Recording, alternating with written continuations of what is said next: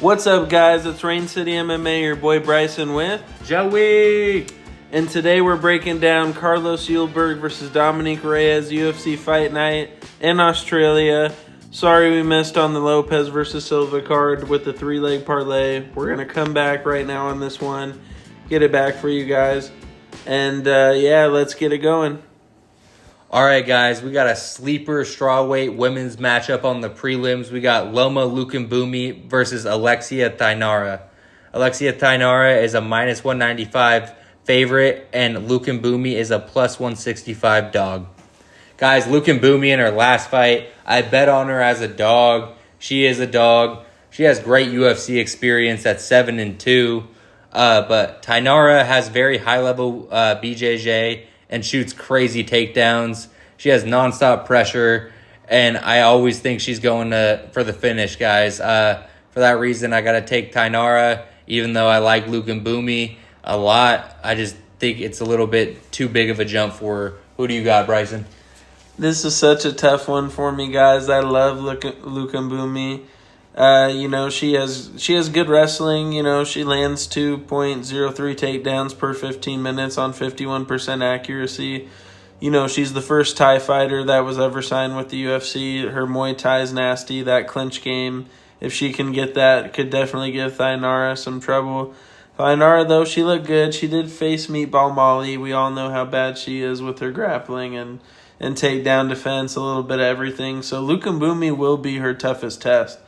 So this is going to be a close fight, but I like how Thainara trains with Amanda Ribas, the Ribas family. I love that gym for her. Still early in the boxing too. She needs some improvement. But she throws some clean low kicks, always pressuring forward like Joey's saying, and she does get takedowns. She will get a takedown on Lukumbumi, and I think she can steal around that way, and then she'll win one on the feet with just the low kicks and being a little more explosive. So Thainara is also going to be on our parlay, but this is a close one, guys. I'll be straight up with you, a little risky, but shout out both girls. This is a great fight on the prelims, and I love it for both of them. Got a heavyweight matchup between Elijah Ellison and Brandon Perisic. Guys, this fight was supposed to be on Contender Series, but it got moved to the card. So we got Perisic at a minus 200 and Ellison at a plus 170 dog. Sorry, plus 170 dog. All right, guys. Perisic has a nasty clinch game and pretty good speed for heavyweight. I'll give him that. On the other side, Ellison has all 5 wins by first round finish, and he's super light on his feet with great footwork. Both these guys don't have too much experience, but if I had to base it off that, I got Ellison on the money line. Who do you got, Bryson? Yeah, I'm going with the dog, Ellison. He's also from Washington, trains with Chase Hooper. Big ups to him. Was going to be on Contender Series, actually opening that card. So, funny enough, he's opening this card, but now he's in the UFC along with Perisic. Perisic has a good clinch game. Bad grappling defense and poor takedown defense, though. He comes out guns a-blazing early. Ellison, good positional and awareness on the ground. I've seen that when he gets those ground and pound finishes. He knows what he's doing when it gets there and can take it down there if he has to. But on the feet, he's very patient, throws out a good jab, always moving his head, which I like. Decent grappling. And he has big power in hands. Like Joey said, 5 fights, 5 finishes. He got the 1 loss. But I like that he's training with high-caliber guys, and I'm going Ellison, the dog, to open up the night, plus 170. Michelle Montag versus Louisiana, Carolina, at a bantamweight. Michelle Montag is a minus 190 favorite, and Carolina is a plus 160 dog.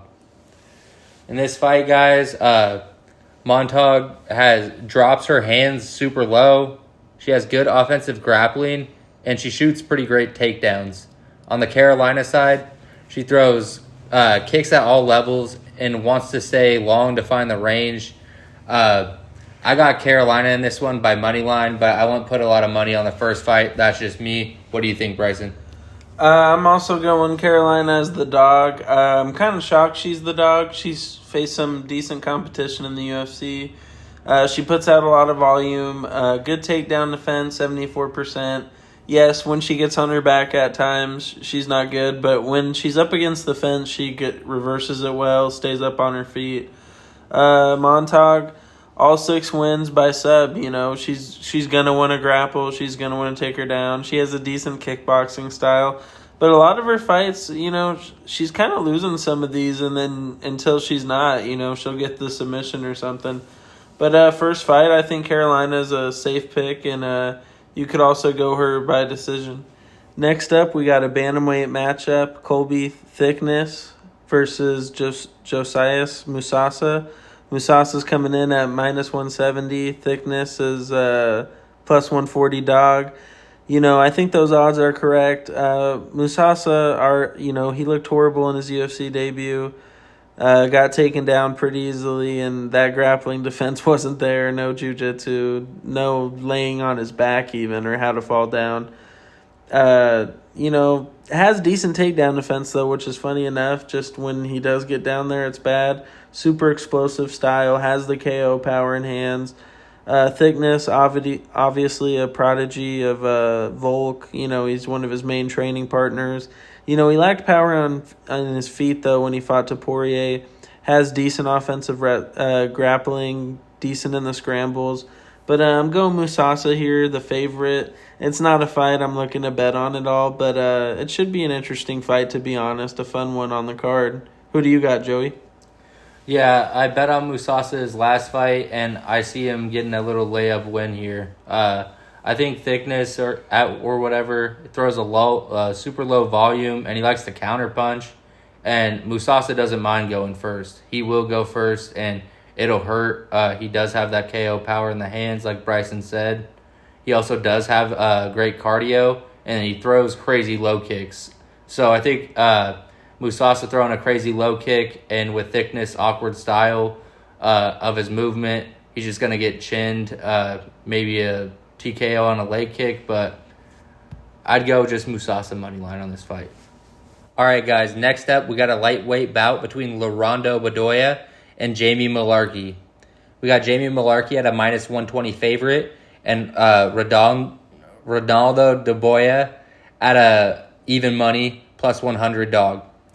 Jamie Mullarkey has decent offensive wrestling, but his chin cracks a little bit easily. He does throw decent low kicks, and I kind of got him in this spot. I don't like Bedoya, how he likes to make it super scrappy, and he has great dirty boxing, but he reminds me of kind of like, a Charles Oliveira type of guy. If he doesn't, find his way in the first couple rounds, I don't think he's going to get the dub.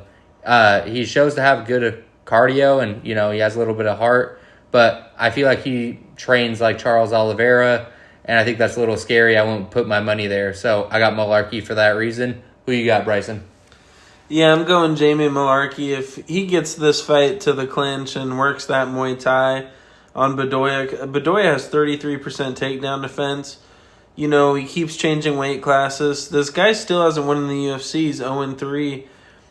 Some people get cut, and some people get cut when they win. I mean, look at Boudet. A guy like him who's a ranked heavyweight gets cut because he's winning, and then Bedoya for some reason's in here because he kind of puts exciting fights, even though he's just essentially a punching bag. Yeah, he's a high-volume striker. He doesn't move his head on the center line, lacks head movement. Mullarkey, he wants to, close the distance, like I was saying, always level changing. He can take him down, too, if he wants to, this fight, and just dominate. Jamie Mullarkey's a pretty good moneyline pick as well. And I think at those odds, especially -120, making it that close. And this guy Bedoya's 0-3 in the UFC. Mullarkey's a great pick. Next up, we got a welterweight matchup. Jonathan Mikhalaf versus Oban Elliott. Mikhalaf is coming in at plus 100. Elliott is -120. Just reminding you guys, we're using BetMGM. These odds are kind of early when we're filming this, so these could change, but we're just letting you know. This fight, Mikhalaf, he looked good on his UFC debut, obviously coming off the submission win against Addo on Contender Series. He throws nasty body kicks. I mean, you could hear those things even watching it on the TV. It was so cool. very fast on the feet, improved offensive grappling. Oban Elliott, that fight against Ko, especially Ko making his UFC debut and Elliott already being 3-0. I understand his competition wasn't great, but Ko also wasn't some world beater. And Elliott, he just, he doesn't adjust his game plans well. Bad takedown defense, struggles on bottom. I just think Mekulas's going to do more damage. I think it being in Australia, the crowd will get behind him. He showed he had a good gas take against Kevin Juice in his debut. And I just like his kickboxing and striking more, especially with the 77-inch reach. Even though they're the same height, that's a big reach advantage with Elliott only having 72. Who do you got, Joey? Yeah, man. I bet on Oban Elliott his last fight, and I was solemnly disappointed. He looked like a great prospect for his first couple fights, and, he really got exposed, I feel like, on his last fight. Because he's too low volume. He wants to pressure super early, and I feel like that doesn't play into his favor because he does like to wrestle a little bit. Well, if you're going to pressure early and shoot early, you got to have the gas tank to do that. And he's no Marab, guys. He's not going to survive. Round 2, if he's really coming for his head, I think Jonathan McAuliffe will find him, man. He has a great gas tank on the other level, and he throws kicks to all levels. He wants to find the range, and I feel like he finds the range in the first round. I could see a second round KO, TKO by him on Elliott. I just don't like Elliott in this spot. I think he's coming back a little too early from that loss. And I don't think he's learned enough yet. So, for that reason, I got McAuliffe. Next up, we got a middleweight matchup. Cam Rouston versus Andre Petroski. Andre Petroski is minus 130. Cam Rouston is plus 110. I really like Petroski here. He's faced really good competition. Rodolfo Vieira, Edmund Shabazian, who we just lost to, Dylan Budka, Josh Frem, Michelle Pereira, Amir Shart. He's fought some good names.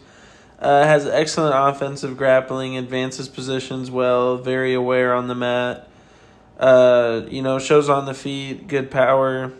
Or slow on the feet, but has good power. Rouston, he just came from the Contender Series. We gave you guys him at plus money on our first ever one we gave y'all.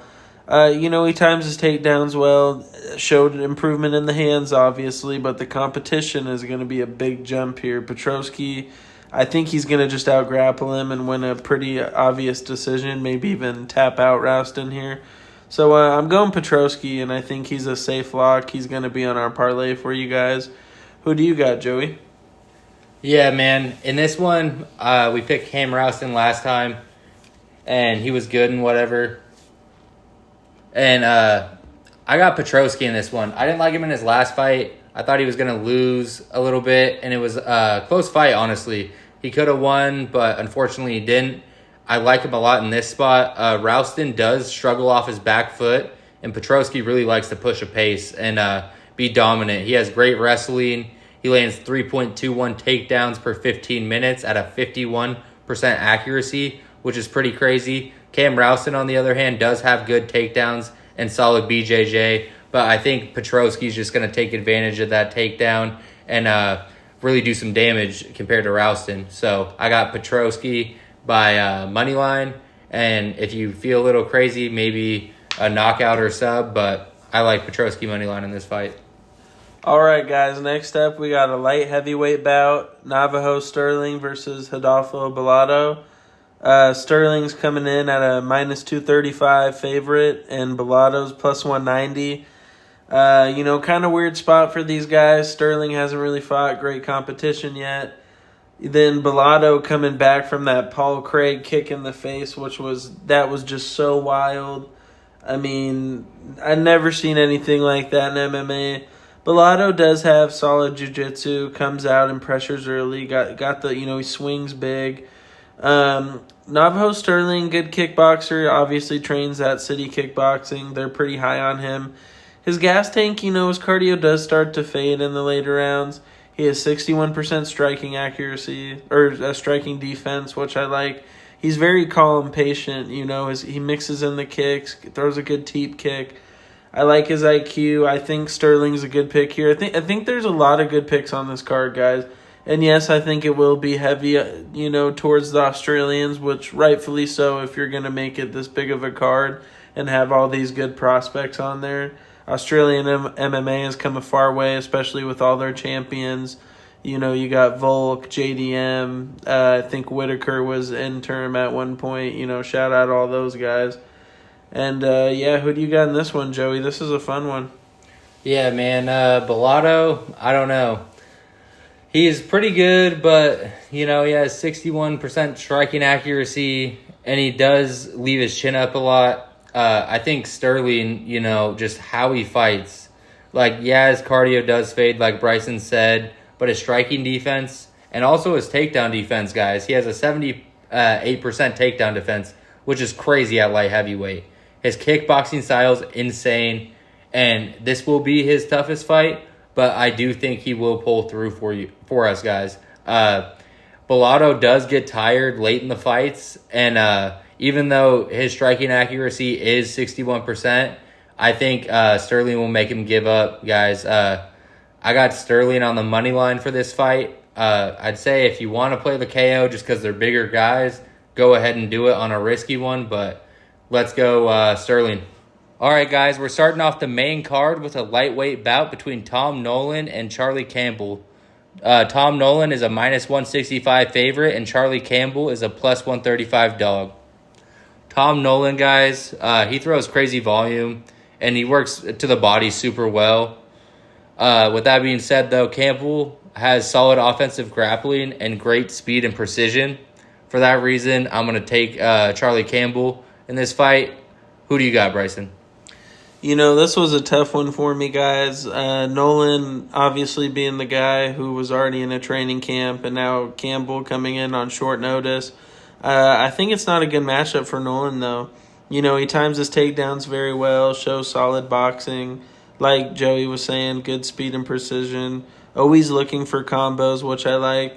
And Nolan has fought really bad competition, guys. He fought Borshev. Borshev's decent. But Campbell fought Trevor Peek, and if you just look at Trevor Peek's resume in the UFC, if he fought Nolan, that would be Nolan's toughest competition right then and there. Nolan, though, very fast hands, decent takedown defense, kind of bad, 66%. He attacks at all levels. I think it's going to be a good fight. They're going to be standing. They're going to be banging. Maybe some scrambles here and there. But I think Campbell edges it out. But in Australia, I could see Nolan getting a decision. It's a risky fight, but look at start round 3. That might be at plus money because they're thinking finish. But I see this one going all 3. So look at start round 3, and we'll go the distance on this fight. All right, guys. Next up, we got a heavyweight bout between Justin Tafa and Louis Sutherland. Tafa at a minus 115 favorite and Sutherland at a minus 105 dog. Technically a pick'em.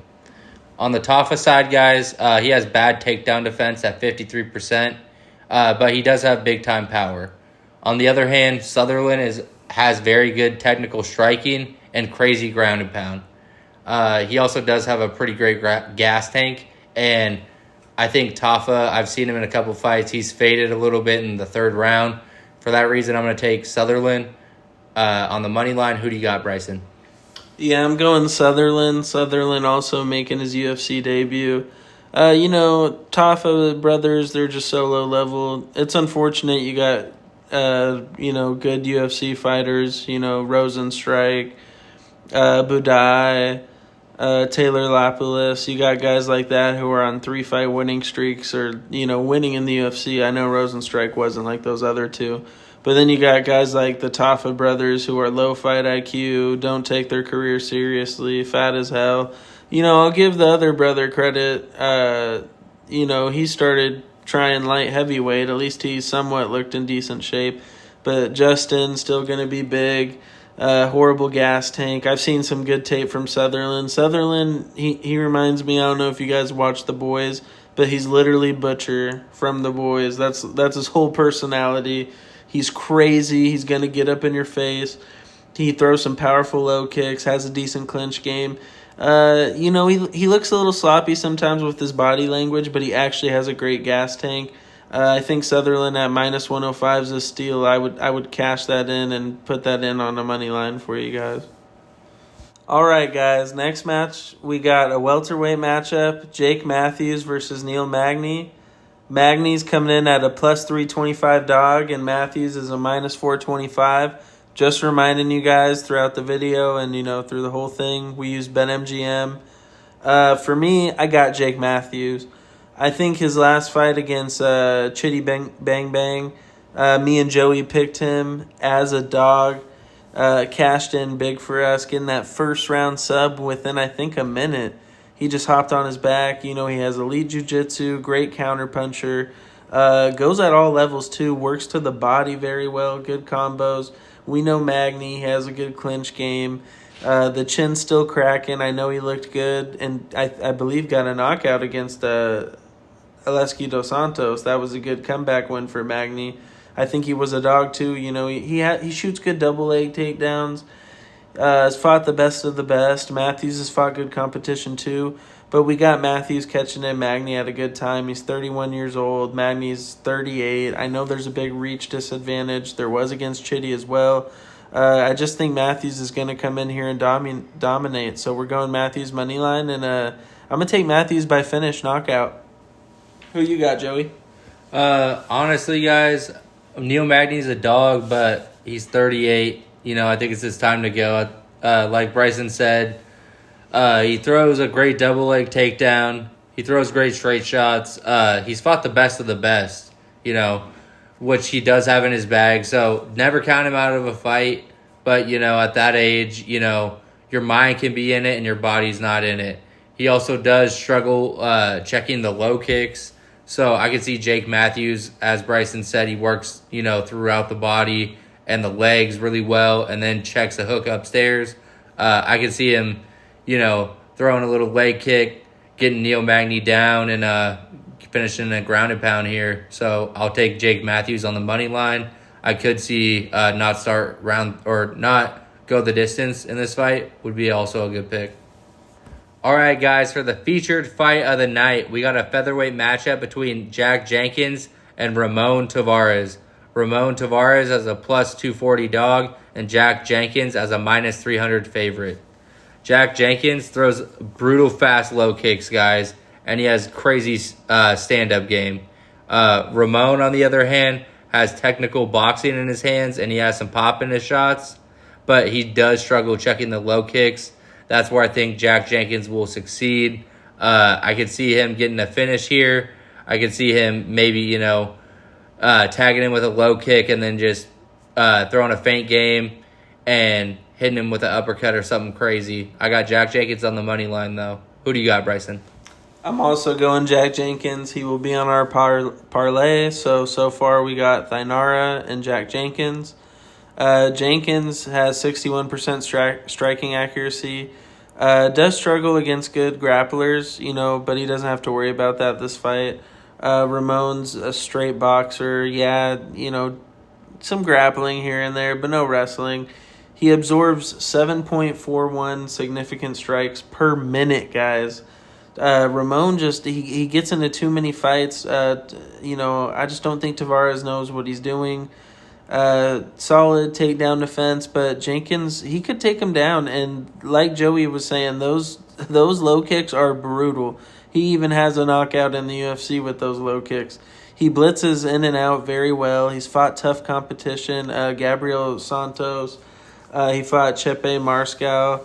He's fought some decent guys. He had, Herbert Burns, Gilbert Burns' brother. I just think he's going to come out and look for a knockout and get that Aussie crowd going.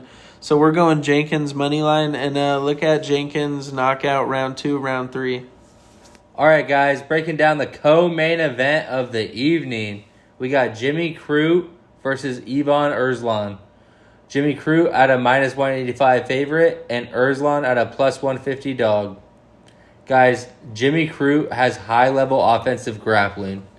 He does leave his chin up a little bit, but his boxing has improved a lot, guys. He's really there. On the Erslan side, He does have power in his hands, but he's super low volume, and his feint game is super poor. He kind of just looks like he's stuck in the mud at times, and I think that's where Jimmy Crute can capitalize. If I had to pick, I got Jimmy Crute in this fight. You can go by knockout if you want to be a little crazy on a long shot, but I got Jimmy Crute money line. He's just going to dominate in this one. Who do you got, Bryson? Yeah, I'm going Jimmy the Brute Crute. He has a nasty ground and pound. He lands 4.20 takedowns per 15 minutes on 52% takedown accuracy. Cardio is a little questionable the later rounds, but Ruslan, he just looks to counter a ton. He doesn't recover well when he's taking damage. Crute showed some heart in that Bellato fight, as much as it was kind of just all over the place for both of them. He did look good in this last one against Pragnio. A little slow on the feet, but that's always how he starts. He's a slow starter, but I think he's going to come out and dominate in front of that crowd. Ruslan's just low volume, very poor feint game, wants to work against the cage, but if he does that, I see Crute just reversing the position, working in the clinch, and then shooting a double or single. His takedowns are nice. So, yeah, we're going Crute money line here. And look for Crute submission maybe late. I don't think Ruslan's ever been sub before, but there's a first time for everything. All right, guys. Now we got the main event of the evening. Light heavyweight bout, Carlos Ulberg, minus 275 versus Dominique Reyes, coming in as a dog, plus 210. We know the story with Reyes. Fought John Jones, went on a big losing streak. It was tough for him. He lost to guys like Erie. I forget who else. I think Khalil was in there, someone else. Some top guys, though. And then Ulberg, he's on the hot streak right now, guys. He's 34, but he's never been chin like that. The damage hasn't been taken. He has excellent takedown defense at 85%. Throws out a smooth jab. His kickboxing's amazing. Very calm, Ulberg never rushes. He's a great counter puncher. He hides his power well. Good low kicks. Reyes, he strives well in the fire exchanges, Chin has cracked a lot in the UFC. Lately, yeah, he's on the 3-fight win streak, but against who, guys? Like Jacoby, Anthony Smith, and Kirlov. Kirlov came off the break. Smith was already damaged goods. And then Jacoby, I'll give him that. That's a decent win. But Reyes, I just don't know, guys. I think he's beating people that aren't on Ulberg's level. And I think Carlos is, I think he's past due for a title shot. But they don't like him maybe because he doesn't sell like that compared to Yuri, Khalil, and all those guys. But, Big Ank didn't either, and he got his shot. Look what he did. So I'm going Carlos moneyline here. He's the last leg of our parlay. So just remember, guys, it's Thayanara, Jenkins, and Ulberg, 3 legs. That's the parlay. Lock that in. That's money. And, Joey, who do you got? This is an intriguing matchup here. Yeah, honestly, man, Reyes, he does have KO power in his hands, but at a 33% striking accuracy, that's going to be tough to finish the fight with for sure. On the Ulberg side, his kickboxing's insane, and his power, how he hides it, guys, is insane because he throws so precisely at a 55% striking accuracy. For light heavyweight, that's immaculate, guys. I got to go Ulberg in this fight. Maybe by finish, especially because it's probably going to be a 5-rounder. But, guys, lock in Ulberg for the last leg of the parlay. We've been putting these videos out for you, and we're about to smack. Let's go. Woo! All right, guys. Thank you so much for tuning in to Rain City MMA. Your boy Joey here. We got a 3-leg parlay cooked up for you as we do every week. We appreciate you for all the likes, subscribes, comments, views. It just shows us a reason to do this every week. Gives us more motivation, guys. So our 3-leg parlay is Thayanara minus 250, Jenkins minus 300, and Ulberg at minus 275. Lock it in, guys. Let's have a good week, and I'll see you at the cash counter.